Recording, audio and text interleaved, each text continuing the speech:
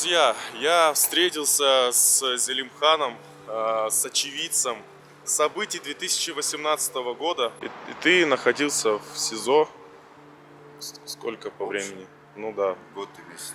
1 год и месяц. И вообще, я слышу, что здесь мужчины стояли до последнего. Если сейчас показать, у меня на кольце написано мой предок, каждый есть откуда и последнее мое имя. Да, Я Зелимхан. знаю, кто мои отцы. Всем моим подписчикам и зрителям привет, салам, меня зовут Артем, и вы находитесь на моем канале о путешествиях и не только. Сегодня суббота, это значит, на моем канале выходит видео на очень важную, серьезную тему. В этом блоге я хотел бы рассказать вам о событиях, которые произошли в 2018 и в 2019 годах в Республике Ингушетия. И, точнее, даже не я буду рассказывать, а очевидец тех событий, который пострадал в одном из этих митингов в 2018 году, Зелимхан.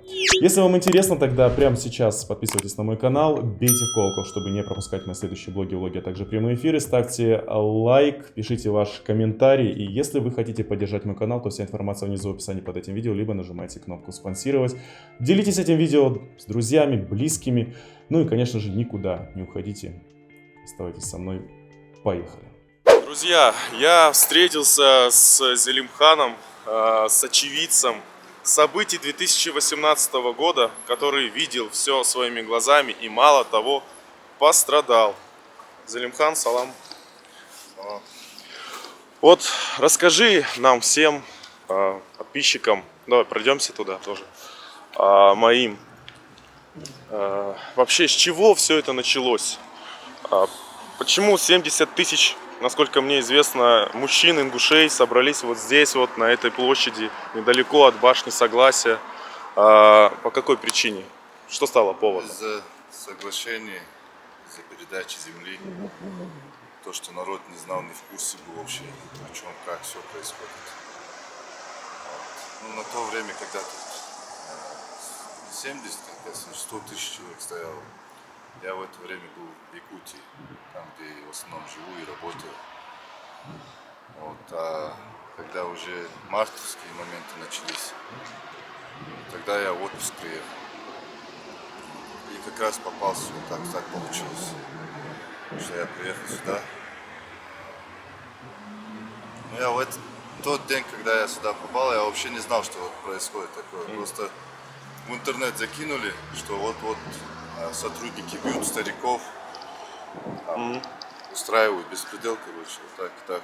Как любой ингуш какой, любой, без разницы, ингуш, не ингуш, который за свой народ переживает, я думаю, так же пойдет защищать и стариков, и все.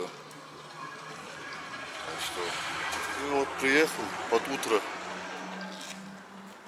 приехали, увидел, что уже, грубо говоря, людей по беспределу начали уже притеснять, толкать, короче, хотя наши старшие говорили никакой там, не поддаваться никакой провокации, молодежь слушала старших как положено, но все равно они максимально хотели, то, что хотели добиться, они добились, сделали провокацию, там, короче, вот так вот. Я слышал, что вот ваши мужчины вышли на эту площадь, 70, да, правильно цифру я назвал, тысяч человек здесь где-то было примерно? 90 тысяч. Даже 90 тысяч. То есть это получается та площадь, которая у башни, и вот здесь были везде люди. Да, вот это вся дорога. Вся дорога. Это тоже, чтобы не мешать проезду. Здесь стояли, ночевали, никто домой не уходил. Дети, старики, женщины, все, весь народ был. Это было по причине того, что из-за земельного вновь вопроса, из-за того, что хотели отдать на тот момент часть земли, опять же ингушской, в состав Чеченской Республики. И Евкуров, можно так сказать, подписал соглашение о передаче земель с Кадыровым. И вышли люди из-за этого. Или все-таки из-за того, что Евкуров покинул свое место? Евкуру. Нам-то разницы нет, Евкуру, не Евкуру. Главное, чтобы в нашей республике все было хорошо. Просто для нас, ингушей, земельный вопрос – это больной вопрос. Мы за правду, мы за справедливость. Если справедливость будет, никто не будет выходить никаких оппозиционеров, ничего таких людей не будет там. Все будут мирно жить. Мы ни с кем не хотим конфликтовать, драться там, или еще что-то. Но если провоцируют, мы тоже не будем молчать. Мы же люди горячие все. Не зря же говорят, там горячая кровь. На твой еще взгляд, за что пострадала женщина Зарифа Саутиева? Что она могла такое сделать, что вот она по сей день находится в СИЗО вместе с Ахмедом Барахоевым, правильно, да? Я помню имя. Ни за что она не пострадала. Ее Есть свидетель, что она сделала? Ударила ОМОНовца, там побила полицейского, я не знаю, или что она сделала? Вот. когда вот вся эта суета происходила, ее вообще-то не было. Да. У нас женщины не присутствуют на таких Да. мероприятиях. И наши женщины не строят мужчин там, не организуют. У нас для этого есть старшие, старики, есть мужчины. Мужчины и женщины, а то они называются. Мое мнение, ее ни за что посадили. До сих пор содержат в тюрьме. И вот смотри, получается, что я, насколько мне известно, и мне рассказали, ОМОНа именно ингушского, да, не было. Короче, ваши парни решили встать на сторону народа, да, и, можно ОМОН- сказать, опустили оружие. Наши сотрудники, если честно, я считаю, у каждого свое мнение, да, именно наши ингушские сотрудники, они самые лучшие сотрудники. Какие есть? Не все же джигиты бывают, правильно? Есть и хорошие, и нехорошие, любой национальности. Ну, мое мнение, наши сотрудники самые лучшие, самые достойные сотрудники. Потому что они против своего народа не пошли, не стали руку поднимать. Они знают, что явно все неправда, это неправильно все идет. Народ просто стоял. Народ слушался старших, как положено. Самый организованный митинг был, самый чистый митинг был. У нас все было как положено. Ничего такого не нарушали, ничего не было. Ну и самое главное, за что тебя осудили? Почему ты попал в СИЗО и тебя арестовали, да, и ты стал вот уже политзаключенным? Что произошло на этой площади? Ну, если так сказать, за что меня осудили, у меня статья 318 применение, нападение на сотрудников. Я там специально на сотрудников не нападал, там не различал, он русский, он еще кто-то, без разницы. Я видел, что на стариков, одного я сам видел, в смысле, на старика как бы дубинкой его ударили, рассечение пошло. Я думаю, каждый будет так же защищать своих стариков. Я стал, как бы, защищал стариков, каждый, как ингуш, который здесь был. И все. А так специально, там, намеренно, там, чтобы кого-то побить или еще что-то, там, какой-то Как политический. тебя нашли? То есть вас было же очень много, ты говоришь, до 90 тысяч человек. Почему вот именно тебя, там камеры стояли, или кто-то снимал, или кто-то тебя сдал, показал пальцем, указал, что это он сделал. То есть, либо тебя уже на месте. Ну, фотографии были, которых разыскивают, которые... Я ни от кого не прятался. Я как вот эти все моменты произошли, я спокойно, у меня отпуск закончился, я также уехал в Якутию. Там где-то месяц работал, ездил так же, как не прятался. И меня вызвали там уже в отдел 2-3 раза. И все там оттуда у меня задержали уже этапом. Привезли меня. Сначала Нальчик. В Ингушетию я не заехал, меня сразу Нальчик. Мальчик, как обычно это бывает. Либо Владикавказ, либо любая другая республика, но не Ингушетия. Да. Либо там другая область, там Хотя- Ставропольский край. Как мой адвокат говорил, суды, все должно было у нас происходить здесь. Да. Нас содержали в Нальчике полгода, потом в Пятигорске, и потом уже кого осудили, там кто-то уже и на лагерь успел попасть, в том числе и я. А твои интересы в суде кто представлял? Я, насколько услышал, Калой Хильгов. Калой Ахильгов был, забыл, если честно, Гандур, Эги, Гандаров, точно не помню, если честно. И ты находился в СИЗО сколько по Общем. времени? Ну да, Год и месяц. 1 год и месяц. И получается, а вообще сколько тебе изначально дали срок? Ну, изначально Не сократили? мы вообще под следствием были. Да. И уже в конце начали давать, уже суд, как бы, сроки давать. И дали срок 1,5 года общего режима. И потом уже сошли за отсиженным. так вы просто через год и месяц. Так.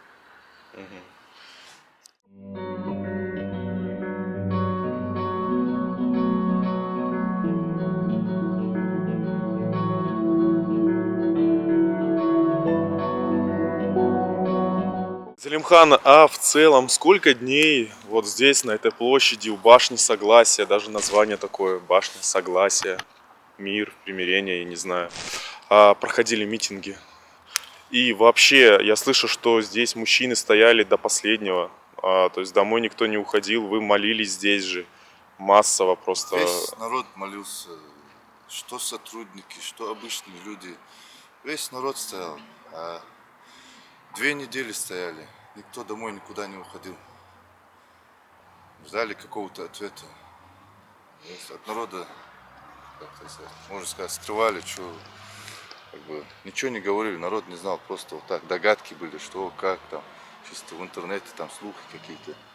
И уже в конце народ узнал, что вот так подписывают такое соглашение.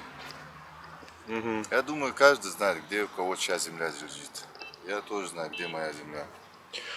Ну, я знаю твой народ уже, и для вас земля это как мать родная. Что-то близкое, родное, и вам чужие земли не нужны, вы хотите жить на своих землях. Не надо. Свое мы тоже не хотим отдавать. Просто вот так, не знаю, так получилось. Как ты считаешь, почему вот уже 250 лет вы входите в состав, твой народ, России, и вас постоянно притесняют? И последние 100 лет, можно сказать, сейчас вот пытаются урвать кусок ингушской земли. Для чего? Ингушетия и так маленькая. Вот на твой взгляд, зачем это и кому это нужно? Почему вас не могут оставить в покое, жить мирно? Я особо в политику не лезу, особо шарю в этом. Но, видать, земли плодородные, видать, сильно любят, много чего хорошего в наших землях. Вот. Видать, весь кусок хотят себе забрать, а с народом не хотят делиться. Может, из-за этого.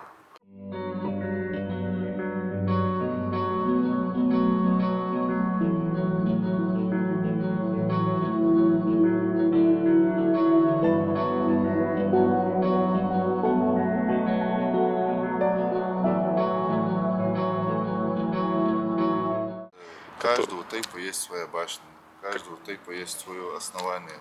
Каждый тейп может сказать, есть откуда, где он произошел. Если тебе сейчас показать, у меня на кольце написано мой предок, каждый есть откуда, и последнее мое имя. Да, Я знаю, кто мои отцы. Я думаю, каждый должен знать, откуда он произошел. Я могу любому доводу привести, примерно. Кто, например, ингуши, откуда мы произошли, где моя земля лежит. Нам лишнего ничего не надо. Нас как бы оставьте свое, то, что у нас есть, не надо там, тут. У нас и так самая маленькая республика в России. Да, Что да. вы хотите? Не знаю. Ну и, наверное, просто напоследок, вот все события, давай начнем с 1944, да, когда депортировали ингушей, и не только ингушей, и чеченцев, и другие народы Кавказа в этом участвовали. Далее вас вновь вернули в 1956 году, да, и вы сюда возвращались, правда, в ваших домах уже жили другие люди совершенно. Если Грузия и Дагестан, Грузия вернула ваши земли вместе, причем со своими постройками, скотами, Дагестан вернула чеченцам. А вот Северная Осетия решила не возвращать тот же пригородный район, за который я так часто и много говорю. Последующие действия, получается, уже 90-е годы. У вас происходит осетино-ингушский конфликт. Я даже назову это этнической чисткой ингушей, когда абсолютно на безоружного ингуша, который, как говорится, в папахе, в черкеске с кинжалом и на коне, поехали на вас на танке, на русском танке. И уже после этих событий в 2018 году, да, ты уже стал свидетелем этих событий и видел все своими глазами. Происходит опять несправедливость. Снова у вас урывают вашу землю, передают ее в Чеченскую республику и, самое главное, в братскую республику для Ингушетии. И вас не послушала власть, я так понимаю, никого, абсолютно, потому что... Когда народ правду говорит, власть не хочет слушать. Именно власть вообще, те люди, которые там наверху сидят. И мне, как русскому, хочется задать тебе напоследок вопрос. Просто я пытаюсь на него найти ответ. Вот ты как ингуш можешь ответить, за что не любят ингуша?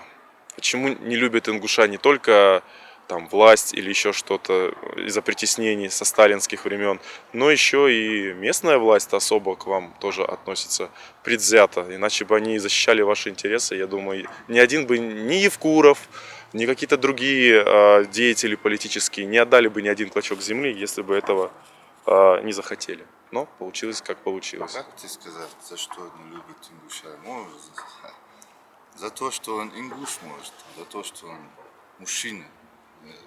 Я других национальностей тоже мужчины есть среди каждой национальности. Есть и хорошие, и нехорошие. Я не знаю, как ответить. Вот в данное время, примерно, вот, на примере это скажу, вот, антилирика, которая у нас существует, примерно. Это обычная молодежь, как и я. Обычные, не какие-то, не сотрудники, ничего, которые, переживают за свою республику, за свой народ, да, чтобы не было там вот эти наркотики не распространяли. Они и ночью, и днем, и утром во все время ездят, работают. Работают как? Ловят этих, как барыг, короче, можно сказать. Они же, значит, переживают за свой народ. Если там примерно у власти это не получается, у сотрудников, значит народ это будет делать. Также, если касаемо чего-то, что-то у нас касается, там, земли, еще что-то. У нас в основном народ, у нас тайпы есть. У нас есть старшие, младшие. У нас испокон веков тысячелетиями это идет, что вот старший, младший должен слушаться. За это у нас все и держится нормально. Сплоченность, алхамдулилlah, по воле Всевышнего, еще сплоченнее будем. И вот тем ребятам, которые занимаются вот этой артиллерией, дай Аллах им еще больше помощи, иншаллах, у них все получится. Я не знаю, а как именно там, за что не любят ингуша? За то, что мы правы, все, походу, я думаю, за то, что мы правду говорим. За правду. Для нас, вот я как сказал, земельный вопрос это больная тема. Для каждого ингуша. Я же тоже так, подрастающее поколение. У меня же тоже там, наверное, уже у кого-то дети растут, наверное. Они же где-то должны жить. Да. Там должны показать, где чья земля там лежит. Но если ее там ее нет, там где нам надо жить тогда? У нас же и так маленькая республика. Мы ни с кем не хотим враждовать. Мы ни с кем не хотим ссориться. Если к нам уважительно относятся, мы 1000 раз будем уважительно относиться. Если к нам гости приезжают, у нас гостеприимный, самый гостеприимный народ у нас. Согласен. У нас испокон веков только у ингушей есть гостевая комната. Это не вчера это зародилось, это было есть давно уже. Насчет гостеприимства, насчет всего остального, у нас все нормально. Просто вот эти земли, вот эти моменты для нас, лично для меня и как для каждого ингуша, это больная тема.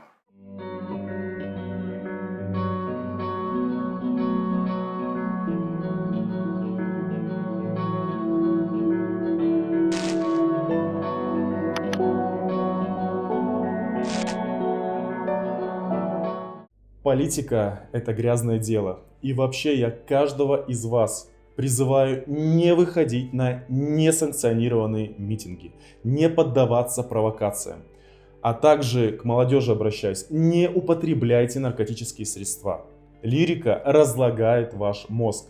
И вы вообще меня научили тому, что именно рай находится под ногами у наших матерей. Так вот, давайте будем думать о наших близких и родных, прежде чем совершать какие-то глупости.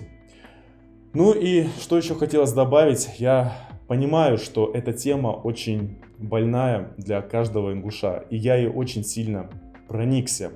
Самое главное, что статья 29 Конституции Российской Федерации позволяет мне рассказывать о том, о чем вы узнали вот в этом блоге. И поэтому лишний раз меня тоже провоцировать не нужно. Я делаю все по законам Российской Федерации.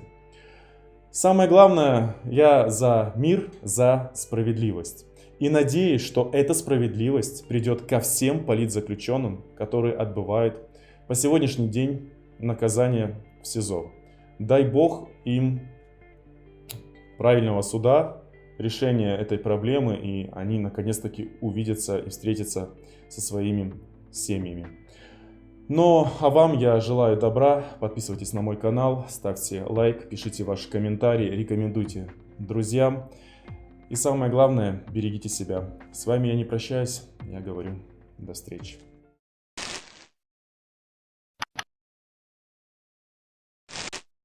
Вы знаете, много странностей в этом деле. Я одного не могу понять, ведь эти митинги были санкционированы с местной властью. И почему вот люди по сей день отбывают наказание? Почему нет справедливого суда? Для меня непонятно. Я надеюсь, что все-таки все наладится и хотя бы Зарифу Саутиеву выпустят. Она все-таки девушка и представляет всех девушек и женщин Республики Ингушетия. И я считаю, что ей там не место. Я думаю, что все мужчины и все мои зрители и подписчики со мной согласятся. Ну и самое главное, многим же интересно, почему я так много говорю за Ингушетию. Да почему же я так много ее показываю? Да потому что Ингушетия нуждается в информационном поле. Нет человека, который бы говорил за это. Я не понимаю, за что меня прессуют, за что меня вызывают в тот же Центр по борьбе с экстремизмом города Краснодара. Да, там ничего особенного меня не опрашивали, не допрашивали, но я ведь ничего не нарушаю. Ни одного закона. Я живу в России. Я живу по законам Российской Федерации. Говорить о проблемах моего народа, а ингуши это россияне, у них точно такой же паспорт, как у меня. Я имею право абсолютно. Я не призываю людей к каким-то плохим действиям и так далее. Я за мир, за дружбу и за единство народов. А в России проживает очень много народов. Если вы не знали, то можете загуглить да посмотреть, сколько у нас народов в России проживает. Вот именно когда в России все народы будут едиными, тогда у нас будет это единство, и мы сможем себя называть Единой Россией. Мне бы хотелось этой сплоченности, мне бы хотелось этой дружбы, мне бы хотелось светлого неба над головой и справедливости, и чтобы люди не страдали, чтобы люди в нашей стране улыбались и были счастливыми. Вот и все. Простого человеческого счастья. Надеюсь, оно настанет рано или поздно.